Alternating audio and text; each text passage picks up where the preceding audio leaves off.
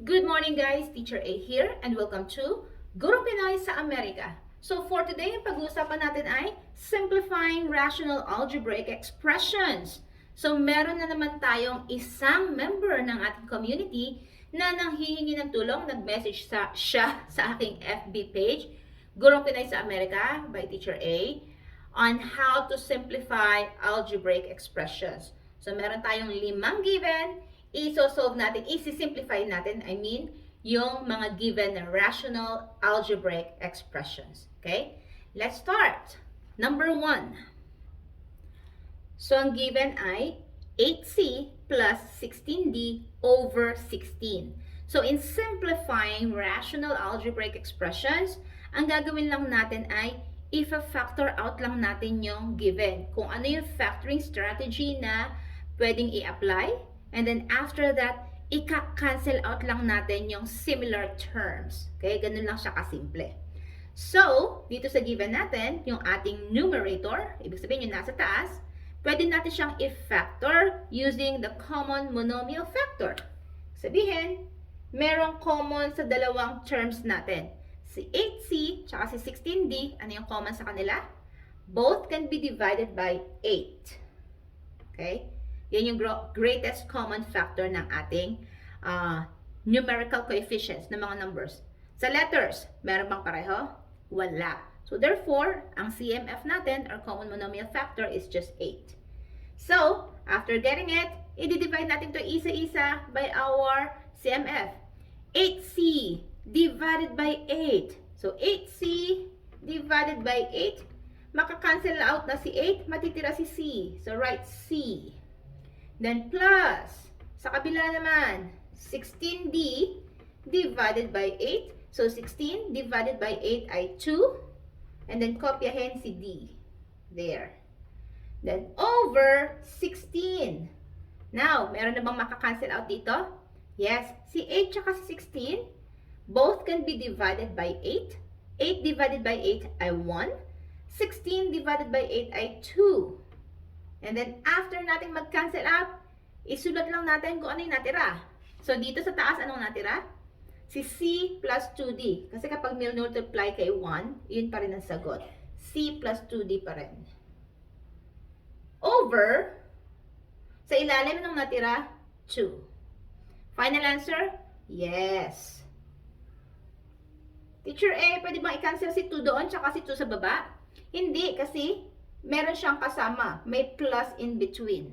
Okay? So, therefore, kung ika-cancel out yung si 2 rito, kailangan kasama niya si C tsaka si D. So, it should be C plus 2D para ma-cancel out ng buo. Hindi pwedeng by part lang.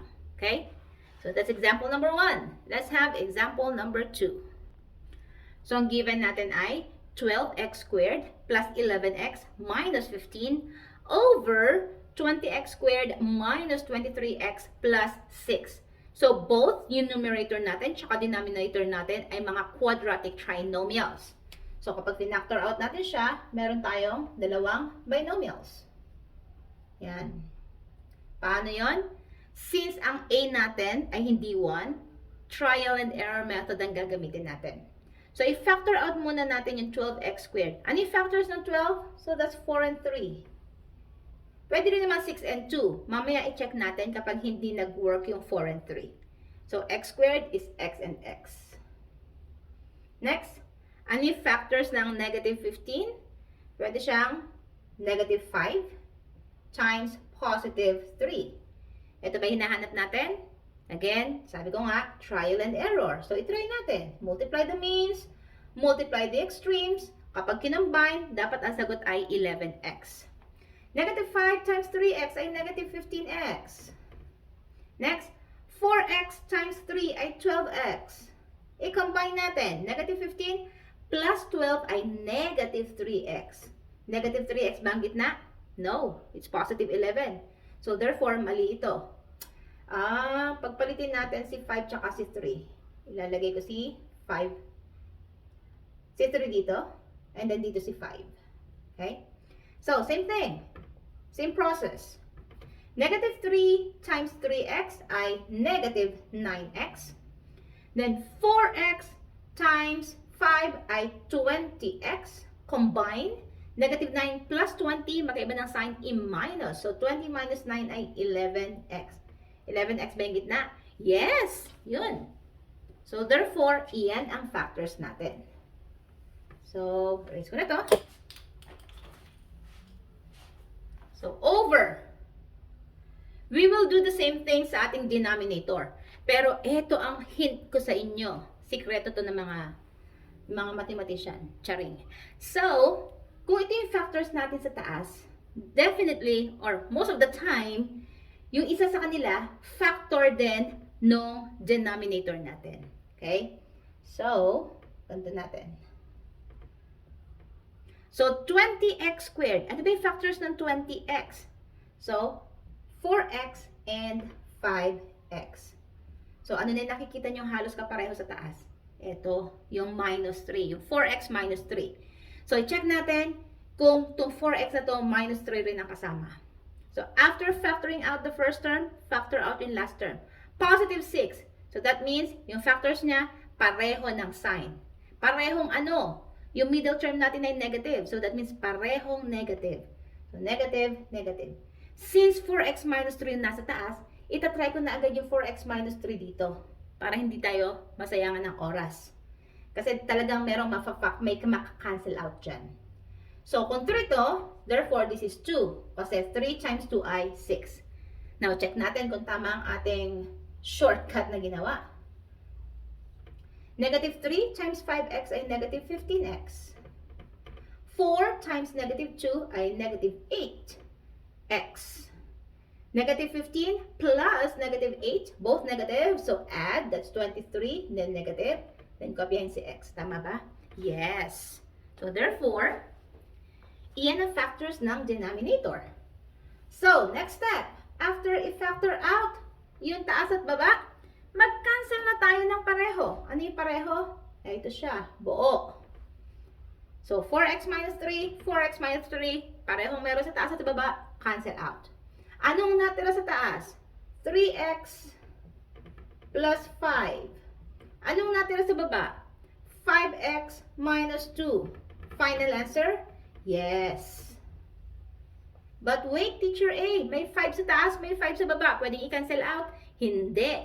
Kasi merong plus at minus. Kung i-cancel out yun, dapat buo. Okay? Hindi pwedeng mag-cancel out ng part lang ng given na binomial. Okay? So, that's the final answer. Next, number 3. So, ang given ay 20x plus 50 over 15x minus 30.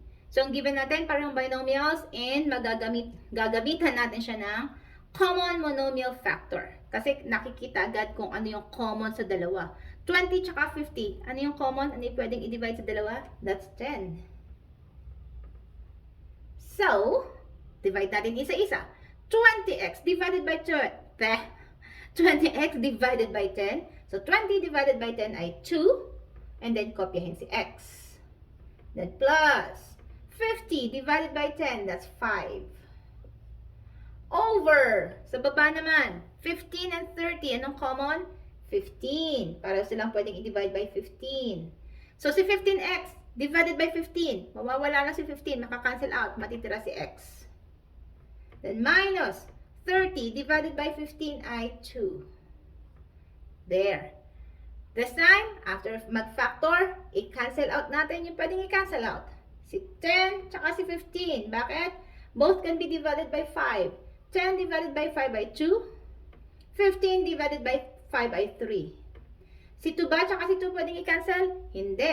Kasi again, may mga kasama sila. Okay? So, since wala na tayong pwedeng i-cancel out, that means, kokopyahin na lang natin kung ano ang natira. So, 2, and then 2x plus 5 over 3 times x minus 2. So, therefore, ito na ang ating final answer. Okay? Number 4. So, ang given natin ay p cubed minus q cubed over p squared minus q squared. Ang ganda. So, yung taas natin, yung numerator, ang given natin ay difference of 2 cubes. Yung denominator, difference of 2 squares. So, paano natin sila i-factor out? Doon muna tayo sa taas. Difference of two cubes. First step, kunin ang cube root ng both the numerator, both the first term and the last term. Ano yung cube root ng p cube? That's p. Bakit? P times p ay p squared times p ay p cube. Minus. Same thing sa q cube. That's q. Ito na ba? Not yet. May kasama pa siyang trinomial base sa given na binomial. So, first step, p times p, p squared. Second step, multiply the first by the second, p times q, pq. Minus yon, kunin ang opposite sign, plus pq.